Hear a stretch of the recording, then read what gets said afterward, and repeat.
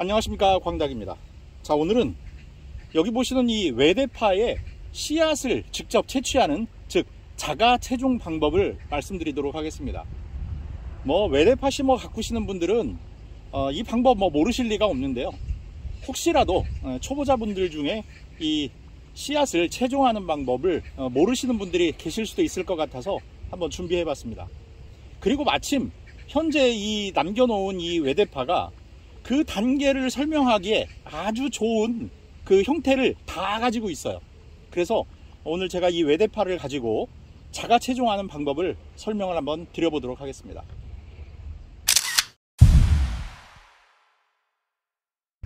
자, 우선 이 외대파와 조선대파가 번식을 하는 방법상의 차이가 있다는 점부터 알고 계셔야 할 것 같습니다. 그래서 일단 내가 기르고 있는 것이 외대파냐 조선대파냐, 이걸 먼저 아셔야 되겠죠. 일단 두 대파의 큰 차이점이라고 하면 월동력에 있습니다. 외대파는요, 월동 자체가 어려워요. 그래서 아주 추운 지역에서는 월동을 하는 중간에 얼어 죽어버리고, 또 제가 있는 이런 지역에서는 운이 좋으면 살아남고 그렇지 않으면 다 얼어 죽습니다. 그런데 올해는 겨울이 좀 따뜻했던 모양이에요. 작년에는 다 죽었는데 올해 살아남아서 이른 봄에 다 수확을 해서 파김치를 담아 먹고 일부 채종을 위해서 이렇게 남겨놓은 외대파입니다. 그리고 번식의 방법이 이제 다릅니다. 외대파는 이렇게 씨앗만 가지고 번식을 할 수가 있어요. 그런데 조선대파 같은 경우엔 씨앗도 가능하고 또 월동을 하고 난 이후에 분월이라는 형태로 한 포기가 두 포기, 세 포기, 네 포기로 나뉘면서 여러 포기를 만듭니다. 그래서 이걸 9개로 쪼개진다라고 해서 구절파라고도 부르는 그런 명칭이 있는데, 사실은 구절파가 아니고 구조파가 맞습니다. 그게 조선대파의 또 다른 명칭입니다. 그리고 외형상으로 보면 외대파는 이 밑에 하얀 줄기 부분이 길게 자랍니다. 그래서 북주기라는 걸 통해서 일부러 외대파의 흰 줄기를 좀 길게 기르기도 하고요. 특별히 북주기를 하지 않아도 일반 조선대파에 비해서는 외대파의 흰 줄기 부분이 길게 올라오죠. 자, 그런 차이점을 아시고 일단 내 밭에 있는 이 대파의 정체가 무엇인지부터 확인을 하시기 바랍니다.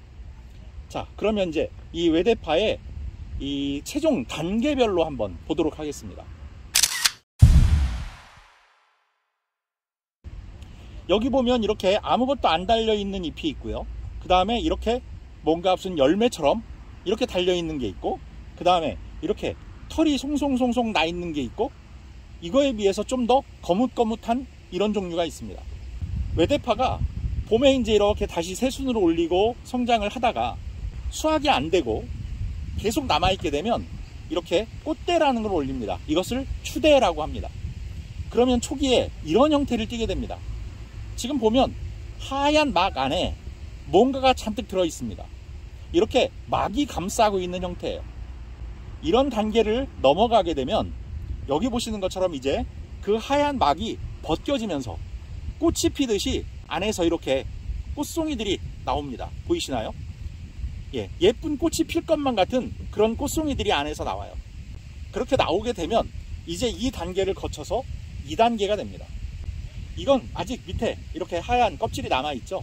그러면서 꽃들이 다 핍니다. 그리고 이 하얀 털처럼 보였던 게 사실은 꽃수술인 겁니다. 그러면 이게 이제 수정이라는 단계를 거치면서 이렇게 발전을 합니다. 지금 보면 꽃처럼 보였던 것들이 하나하나 특정한 어떤 모양을 띄어요. 하얗게 뭐가 안에 들어있는 것처럼. 이런 단계를 거치면서 이제 점점 안에 씨앗이 형성되는 겁니다.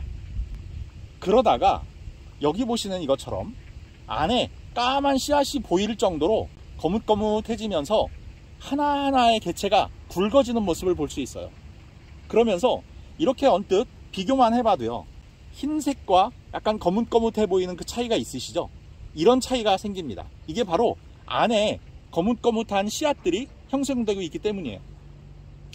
이제 이 단계를 넘어서게 되면 말 그대로 안에 있는 씨앗이 다 연글어서 금방이라도 떨어질 것 같이 밖에서도 쉽게 보입니다. 자, 그러면 지금 현재 시기가 5월 거의 하순경입니다. 그러면 이게 앞으로요, 한 열흘 이내로 다 연글어요. 그렇게 되면 가위를 가지고 이 꽃대를 잘라내시는 겁니다. 사실 지금 따도 상관은 없어요. 그런데 완전히 이제 좀 더 아랫부분에 좀 덜 연그른 씨앗들이 있기 때문에 이걸 꽃대를 다 연글 때까지 기다리셨다가 여기를 잘라내시는 겁니다. 근데 이게 다 연글게 되면요, 건드리기만 해도 이 안에 있는 씨앗들이 둘둘둘둘 떨어져요. 그러니까 특별히 이걸 자르시거나 할 때 이제 조심하셔야 되고, 용기 같은 걸 받치신 상태에서 그대로 잘라서 받으시는 게 좋습니다. 그렇게 해서 꽃대를 차례차례 따 모으세요. 왜냐하면 지금 연근은 속도가 다 다르잖아요. 그러니까 연근 것부터 잘라서 모아서 햇빛에 바짝 말리셔야 됩니다. 그대로. 중간에 비가 올 것 같다 그러면 실내로 들여서 햇빛이 잘 드는 창가라든지 아니면 하우스 내부라든지 하는 곳에 잘 보관을 하셔서 바짝 말리셔야 합니다. 아니면 이걸 양파망 있죠? 양파망 같은 거에다가 담아서 씨앗이 빠지지 않을 정도의 촘촘한 양파망에 담아서 건조를 하시는 것도 괜찮습니다. 자, 그렇게 건조가 끝나면 아까 말씀드린 그런 양파망 같은 것에 넣어 가지고 다 부셔요. 그러면 이 안에 지금 보시는 이런 하얀 껍질 같은 것들이 다 부서져 나갑니다. 그러면 이제 바람이라든지 이런 걸 이용해서 그 껍질을 다 날려버리게 되면 까만 대파의 씨앗만 남게 되는 겁니다.